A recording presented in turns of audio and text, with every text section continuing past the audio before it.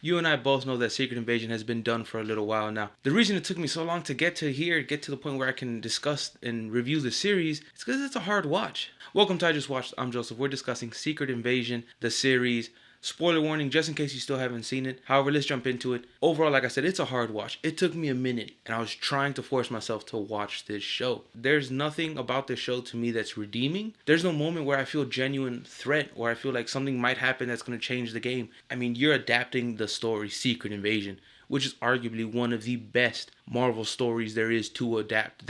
This story, Secret Invasion, should have been a proper phase in its own, not just some 6 episode throwaway series. To get it out the way, rewatchability, because that's one of my biggest factors. Is this show rewatchable? Honestly, no. I think this show is actually very unwatchable. I don't like the play they tried to do with Nick Fury. It took 6 episodes to get to a Nick Fury, but it really wasn't him, and it was too late at that point for me to care. And jumping to one of the biggest mistakes, I mean, the Super Skrull is a great character to have, and I thought they were going to do it justice, especially in the beginning when they reveal Cull Obsidian, the Groot piece, the Frost Beast, and Extremist. I was like, okay, you know what, that kind of plays into your Fantastic Four. Cull Obsidian thing is rock. You know, you can kind of feel where they're maybe going with it. Mr. Fantastic's stretching abilities, Groot not necessarily has stretching abilities, but he can. Extremist representing your fire, and then Ice representing your invisibility or your powers that an invisible woman has.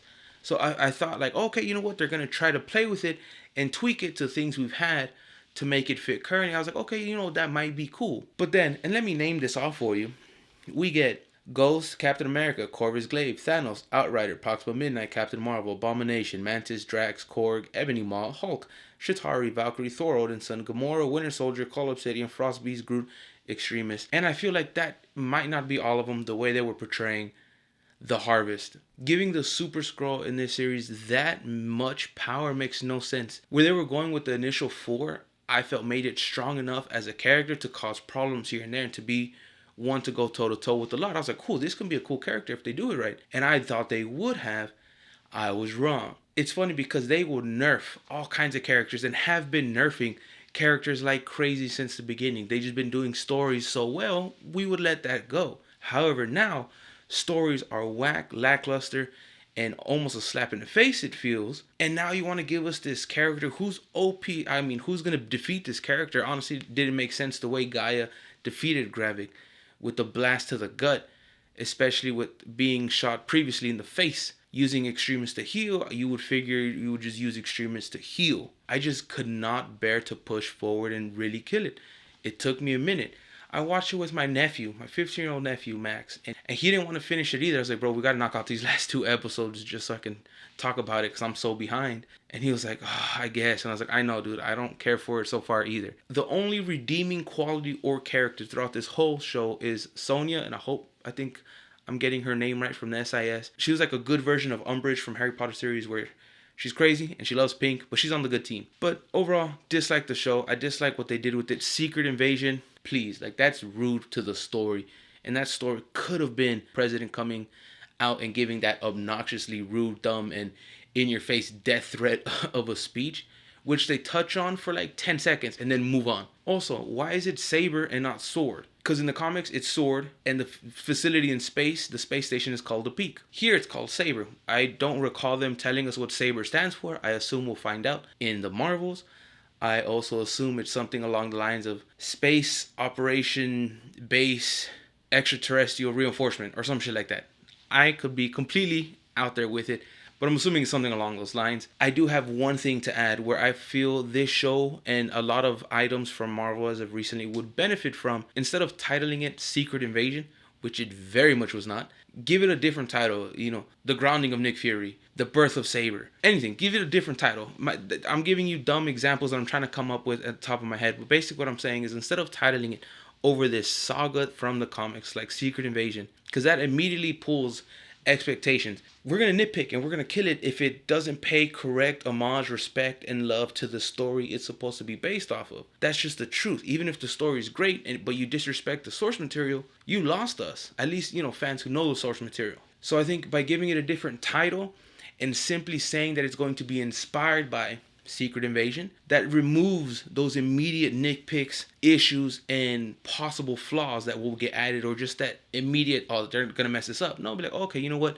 Straight up be honest with us. You're not gonna do this story. You're gonna do something, and you're gonna pull pieces from this story at best. So by changing titles, I think that will solve a lot of initial problems and reduce overall expectations and comparisons. Because if you tell me you're doing Secret Invasion, Secret Wars, Battle World, I'm immediately going to those books, to those stories, and as a fan and lover of the books and stories, I'm going, ooh, so am I going to get this? Am I going to get this? It should go down like this. And then we get what we get, and we're like, that was so lackluster. This was so... And I feel that changing titles, or, simply coming up with an original title and, stating that this is based off of, or loosely based off of this, would help with that. I think it's a simple, easy fix that would, or reduce a lot of the issues that they're currently facing.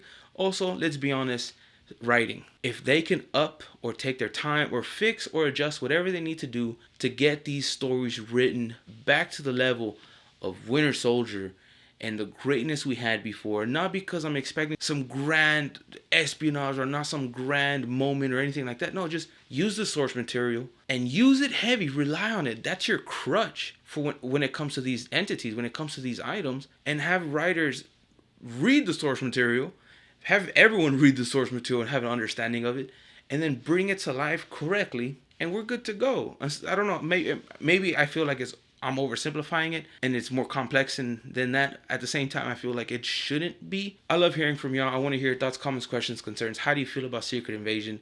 Are you excited for the Marvels, Loki Season 2? How do you feel Marvel has been doing? But most of it has felt mediocre. Kind of like they're just throwing it out there knowing we're going to absorb it and watch it and give them money for it. So the passion, the love, the respect feels like it's lost. Hopefully we can regain that. I think superhero fatigue isn't a fatigue against superhero content. It's a fatigue against poorly written mediocrities that they expect us to be okay with. And I think the fatigue is in the writing, the storytelling, the lack of love, compassion, and care for the stories, characters, and items they're bringing to life. But that's me ranting. Again, I love hearing from y'all. Comments, questions, concerns. Hopefully we chat soon. But until next time, stay safe, be well, y con mucho amor. Adiós.